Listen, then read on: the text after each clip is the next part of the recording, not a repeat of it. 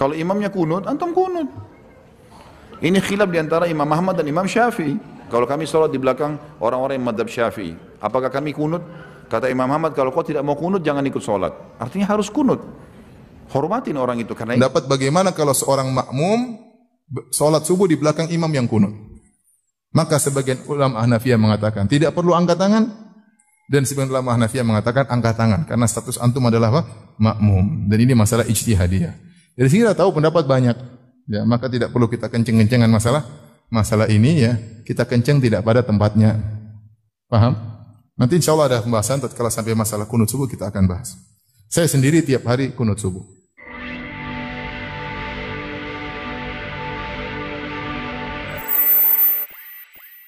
Halo, assalamualaikum warahmatullahi wabarakatuh. Salam sejahtera untuk kita semua. Pada kesempatan kali ini saya akan membicarakan isu yang klasik banget, tapi masih menjadi perdebatan ya, khususnya bagi masyarakat secara umum gitu kan, yaitu terkait kunut, kunut subuh.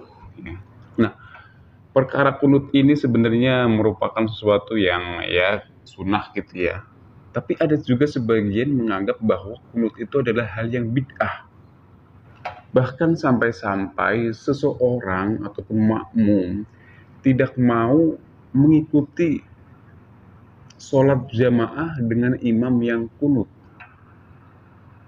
Atau sebaliknya gitu kan. Tidak mau mengikuti imam yang tidak melaksanakan kunut gitu kan. Nah, sejatinya seperti apa sih sikap kita sebagai makmum gitu kan ketika kita ingin melakukan sholat di sebuah area ataupun masjid yang memang imamnya ataupun mayoritas jamaahnya itu berbeda pemahaman ataupun mazhab dengan kita. Nah, sebelum itu saya ucapkan terima kasih buat teman-teman yang sudah klik video ini. Jangan lupa dukung terus channel ini agar terus memberikan informasi dan literasi-literasi yang bermanfaat. Baik itu literasi politik yang ada di dalam channel ini, juga literasi-literasi yang memang layak untuk diperbincangkan. Khususnya literasi tentang Islam, di mana kita juga di sini memberikan sebuah konten yang memang mengedukasi atau memberikan pencerahan sebagai guide kita dalam kehidupan sehari-hari. Semoga bermanfaat. Nah, sebelum saya mulai video reaksi ya, karena saya akan memberikan reaksi terhadap sebuah pernyataan dua orang yang memang distigma sebagai Ustadz Wahabi gitu ya. Tapi saya sendiri juga tidak mengiyakan statement ataupun stigma-stigma tersebut terhadap Ustadz berikut ini, karena secara keilmuan saya anggap keduanya cukup jempolan juga gitu kan. Secara kalau menjelaskan hadis-hadis ataupun riwayat-riwayatnya ya cukup valid. Memang banyak di video-videonya memberi yang kontroversi, tapi kita tidak lantas untuk menjudge dia sebagai sosok yang salah ataupun kafir dan lain sebagainya ya. Begitu sebaliknya dari kelompok mereka, jangan menganggap yang berbeda dengan kelompok dia, jangan juga dicap sebagai kelompok yang ya kafir ataupun bentar-bentar bid'ah gitu kan. Nah, persoalan kunut subuh ini sebenarnya bukan sesuatu yang perkara yang kalau dalam sholat itu bukan sesuatu yang rukun gitu kan, bukan sesuatu yang wajib. Tapi itu bagian dari furu ataupun ya sunnah yang dianjurkan. Bahkan memang Nabi sendiri juga pernah melakukan kunut subuh gitu kan. Memang dalam sebuah hadis Nabi tidak memberikan secara eksplisit bahwa kunut subuh ini harus dilakukan setiap kali kita melakukan sholat subuh. Nah, perkara kunut subuh ini sebenarnya ibaratnya apa ya? Karena sesuatu yang sunnah gitu kan, tentu kalau dilakukan mendapat pahala, dan kalau ditinggalkan tidak mendapatkan dosa gitu kan. Saya pribadi jujur kadang memang saya melakukan kunut dan kadang juga tidak melakukan kunut gitu kan, karena saya tumbuh gitu kan, saya tumbuh di keluarga yang memang masyarakatnya katakanlah NU gitu ya. Tapi saya menjalani pendidikan di perguruan tinggi yang cukup dinamis gitu kan. Artinya berbagai kelompok saya ada di situ, dan saya di situ juga belajar bagaimana saya harus bersikap bijaksana terhadap perbedaan itu. Saya juga sholat di salah satu masjid yang memang cukup unik gitu kan. Kalau beberapa hari ini imamnya dari katakanlah dari NU, lalu kita ada kunut gitu. Kalau imamnya dari Muhammadiyah ya nggak ada kunut, ya nggak apa-apa gitu kan. Itu kan suatu perbedaan yang memang eh, tidak pada ranah yang wajib gitu kan, masih pada ranah yang sunnah gitu. Nah, yang saya ini gitu, yang saya heran gitu kan, yang saya heran ada makmum yang imam kepada selain mazhabnya, katakanlah sholat subuh, justru dia imamnya ini tidak kunut, justru dia kunut gitu. Akhirnya dia lama-lama ketika dia i'tidal setelah dari bangkit dari ruku itu ya i'tidal, dia melakukan kunut lalu buru-buru ikut sujud gitu kan. Nah, saya pernah melihat seperti itu gitu.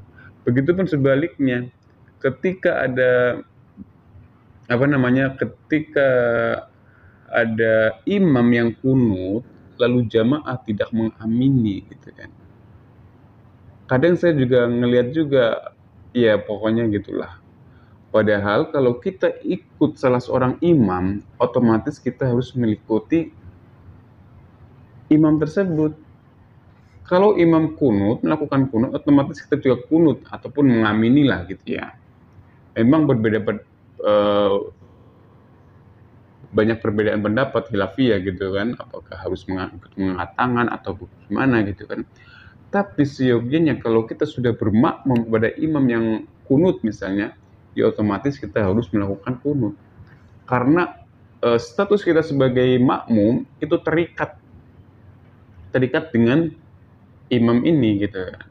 Kecuali kalau imam ini sudah melakukan hal-hal yang tidak atau sesuai dengan syariat atau keluar dari rukun-rukun sholat yang ditetapkan gitu kan, baru kita wajar tidak mengikuti imam tersebut.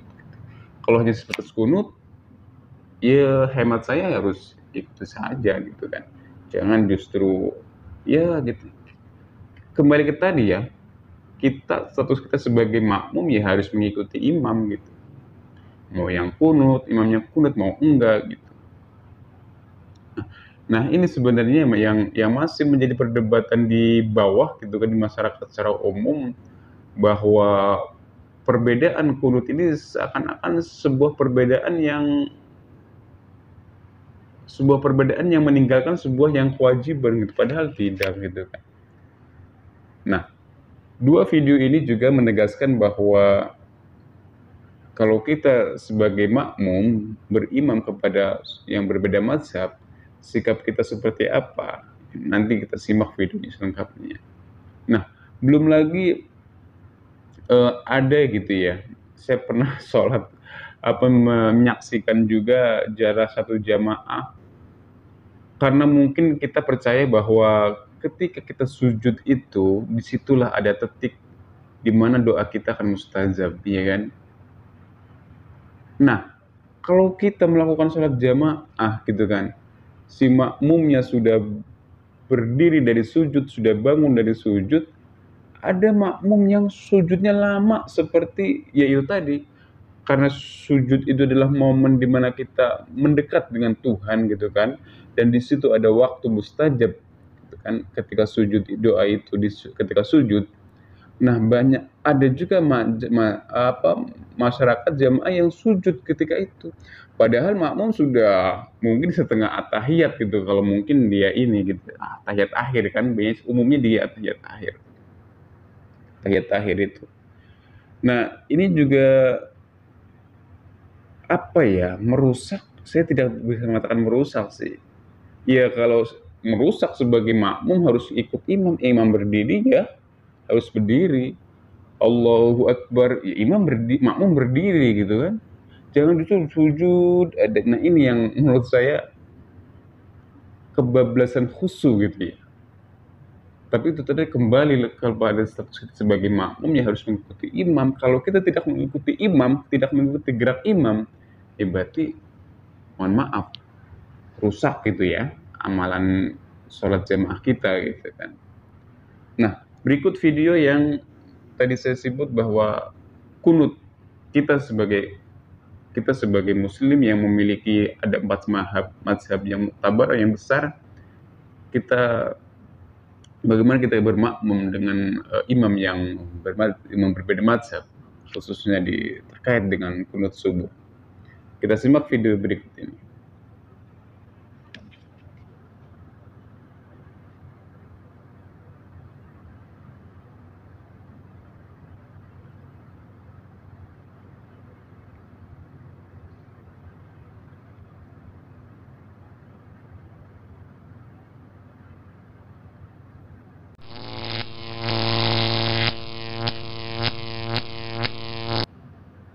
Ini sudah sering ditanya.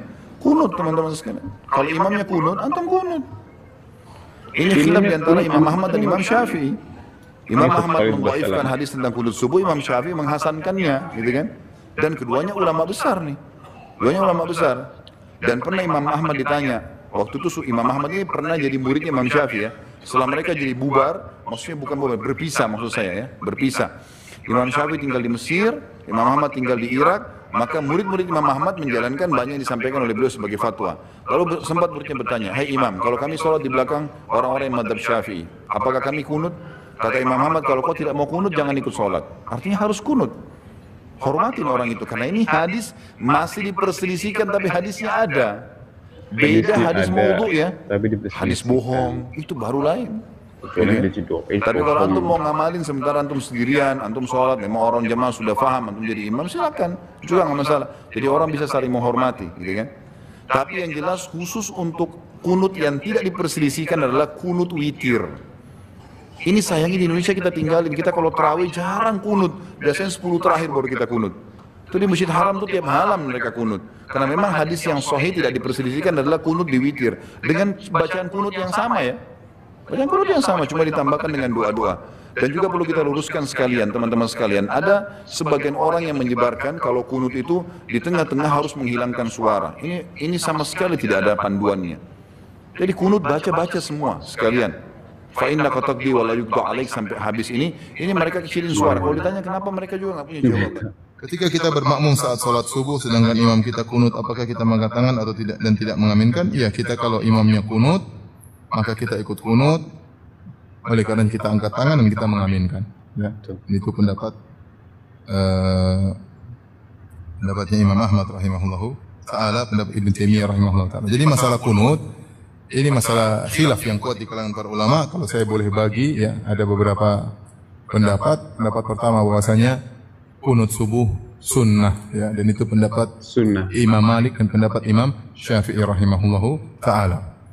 Kemudian juga didukung oleh pendapat dari Ibnu Hazm rahimahullahu taala, mazhab Zahiriyah. Jadi Malikiyah, Syafi'iyah, Zahiriyah mengatakan kunut subuh setiap hari sunnah. Kemudian pendapat yang mengatakan tidak sunnah ada dua.